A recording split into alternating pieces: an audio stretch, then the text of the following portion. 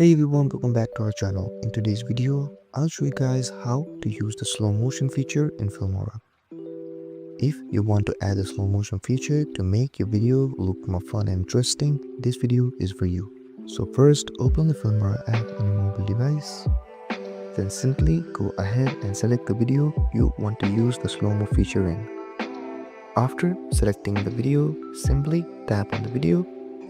Then many options will pop up under the screen. Simply go ahead and search for an option called speed, which is right next to AI remover. Tap on it and here set it down to 0.54 according to your needs.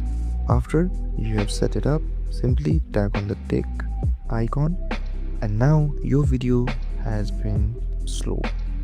If you found this video helpful, don't forget to like, share and subscribe and comment down below if there is anything else I can help you guys with.